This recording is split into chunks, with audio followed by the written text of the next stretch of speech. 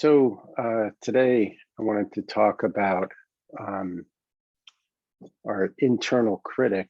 And I say our internal critic, I'll talk about my internal critic, and you may or may not have one. I find that from time to time I'll head out to do something and I may get a voice in my head that has a different opinion on that topic.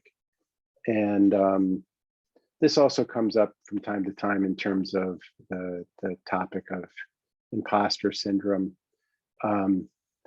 But it's basically having an internal voice that may be sharing criticism or basically critiquing your experience or your behavior in the moment. Maybe giving you a moment by moment commentary on how you're doing something. So let's explore that a little bit. It would be great perhaps to have a supportive voice, to have a voice that cheers us on and says like, yes, you're right on target and you're doing a fantastic job and keep it up. But that's not always the case. So the first thing, and as I'm talking about this, you can sort of check your own experience. The first thing I like to do is just notice the voice. Notice, whose voice is it? Is the tone of voice my own voice, or is it someone else's voice that I've internalized? Sometimes people internalize a parent's voice, or maybe a school teacher that you had. So just noticing, is it you, or is it something you've internalized? And a lot of times we internalize these things. It's much like learning a melody. If you hear something, if you hear a certain response or incantation often enough, our system learns it. And so even though we're in a situation and our parent may not be there anymore, we might hear what they would have said or what we believe they would have said. That's the first thing, is just noticing whose voice is it. Then I like to notice, where is the voice? Is it coming from the right? Is it coming from the left? And yes, people will say, well, it's in my head, but we have an experience of it. It's almost like if you imagine there was a speaker around you, where would the speaker be? Sometimes I get a voice that's right here. Or is it in front of you? Is it behind you? And you'll be amazed if you move where the voice is coming from.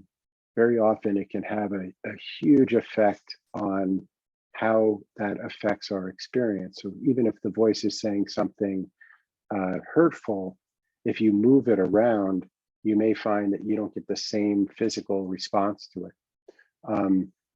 I think it was Robert Dilts, who's a famous NLP founder, used to say, imagine hearing the critical voice from your left big toe.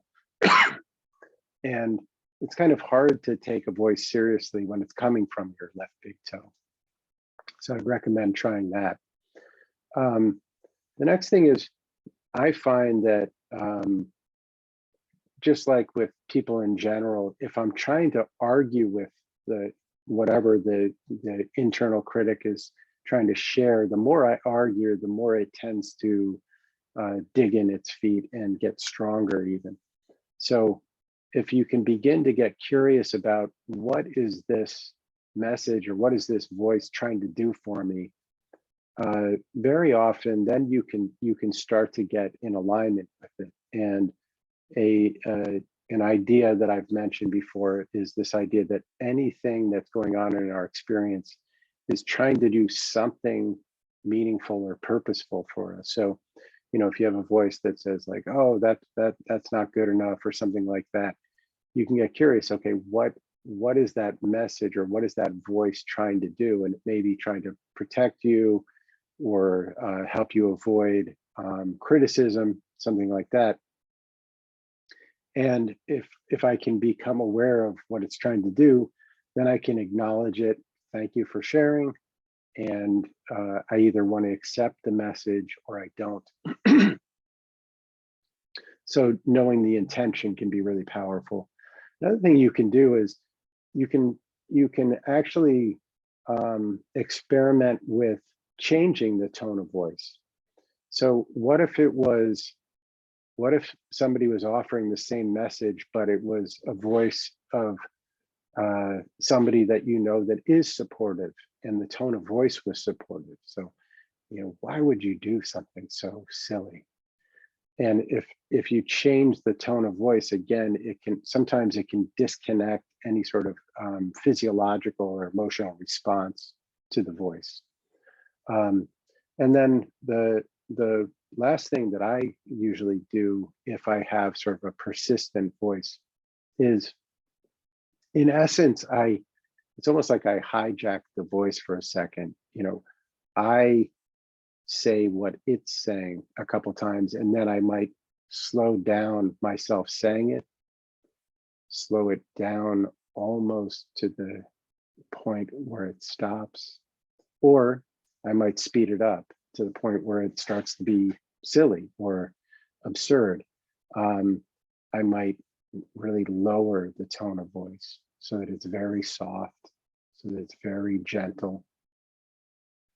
Or I might turn up the volume and see what it's like if it's really, it's loud. It's like Sam Kinison yelling at you.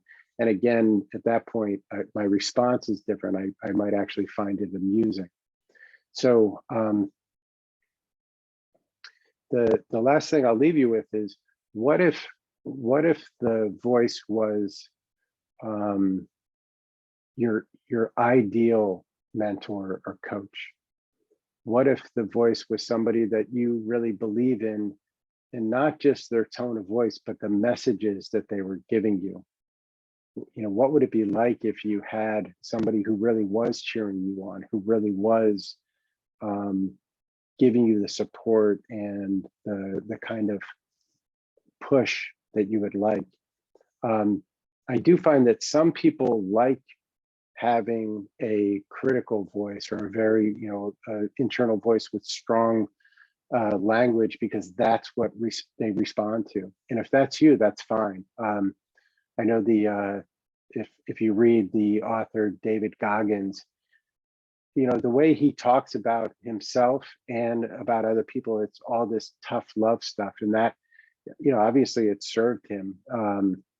But it may not be what works for you, but it may be. So, if you need an internal voice that's a drill sergeant that says, like, come on, you can do this, great. Like, whatever inspires you, whatever sort of gets the job done.